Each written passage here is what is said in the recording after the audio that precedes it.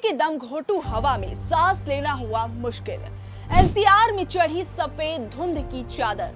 दिल्ली में खराब स्थिति में पहुंचा एयर क्वालिटी इंडेक्स। क्या आप लोग भी दिल्ली एनसीआर में रहते हैं? क्या आपने भी सुबह सुबह घर से निकलने पर आंखों में जलन और सांस लेने में तकलीफ महसूस की है?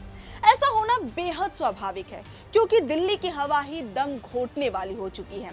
जी हाँ, दिल्ली का AQI यानी एयर क्वालिटी इंडेक्स बेहद खराब श्रेणी में पहुंच गया है। सफर इंडिया के आंकड़ों के मुताबिक दिल्ली का AQI 306 के साथ बहुत खराब श्रेणी में पहुंच गया है। गुरुग्राम का AQI 283 के साथ खराब श्रेणी में है। नोएडा का AQI 308 के साथ बहुत ज्यादा खराब श्रेणी में है। जिन्हें सफर इंडिया के बारे में नहीं पता है, उन्हें बता दें कि सफर यानी system of air quality and weather forecasting and research Bharat सरकार के पृथ्वी विज्ञान मंत्रालय से जुड़ी हुई एक संस्था है, जो महानगरों में हवा की गुणवत्ता को जांचती है। आइए अब आपको बताते हैं कि एयर क्वालिटी इंडेक्स के जरिए हवा की गुणवत्ता कैसे नापी जाती है। 0 से 50 के बीच का AQI अच्छा माना जाता है। 51 से 100 के बीच संतोषजनक माना जाता है। 101 से 200 के बीच मध्यम माना जाता है और साथ ही 201 से 300 के बीच का खराब माना जाता है। 301 से 400 के बीच बहुत ज्यादा खराब माना जाता है। 401 से 500 के बीच गंभीर माना जाता है। मौसम विभाग के मुताबिक आने वाले समय में वायु प्रदूषण से दिल्ली NCR के हालात और भी ज्यादा खराब होने वाले हैं। अधिकारियों के मुताबिक दिल्ली वालों का भी और अपने पड़ोसी राज्यों में जलने वाली पराली के प्रदूषण से निजात मिलने के आसार नहीं है। तापमान में गिरावट, हवा की धीमी गति, अक्टूबर में हुई कम बारिश प्रदूषण का स्तर और भी ज्यादा बढ़ा सकती है। दिल्ली में खराब होती आबो हवा पर दिल्ली के पर्यावरण मंत्री गोपाल राय ने भी चिंता जताई है। गोपाल राय ने कहा कि commissioner for air quality management की ओर से ग्रैप 2 यानी ग्रेडेड रिस्पांस एक्शन प्लान लागू करने का निर्देश दिया गया है।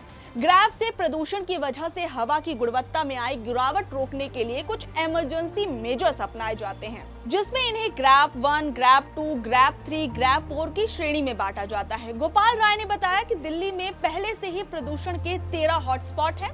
उनके अलावा 8 जगह चिन्हित हुए हैं, जहां सोमवार को AQI 300 के पार गया है। दिल्ली पॉल्यूशन कमेटी प्रदूषण के स्थानीय कारण भी ढूंढेगी।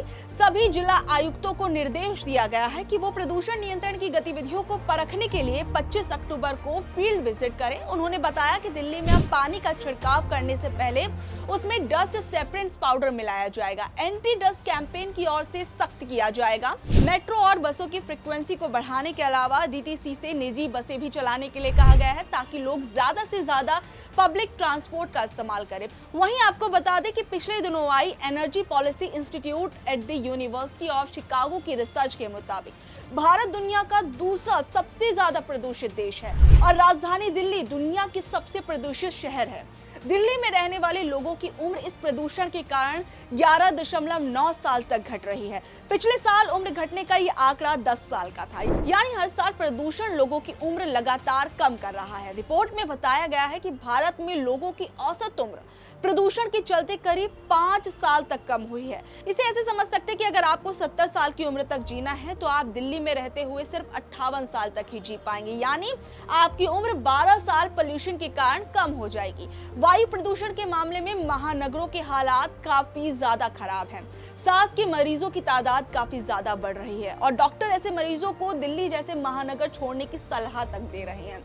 तो देखिए, हमारी पूरी की पूरी जो रिपोर्ट थी दिल्ली के अंदर बढ़ते वायु प्रदूषण को देखते हुए हमने बनाई थी। बाकी आप लोगों का इस बारे में क्या कुछ कहना है, नीचे दिए गए कमेंट बॉक्स में जरूर बताइएगा। इसी के साथ हमारे मॉलिटिक्स को अलग अलग प्लेटफॉर्म पर लाइक शेयर करना बिल्कुल ना भूलें। धन्यवाद।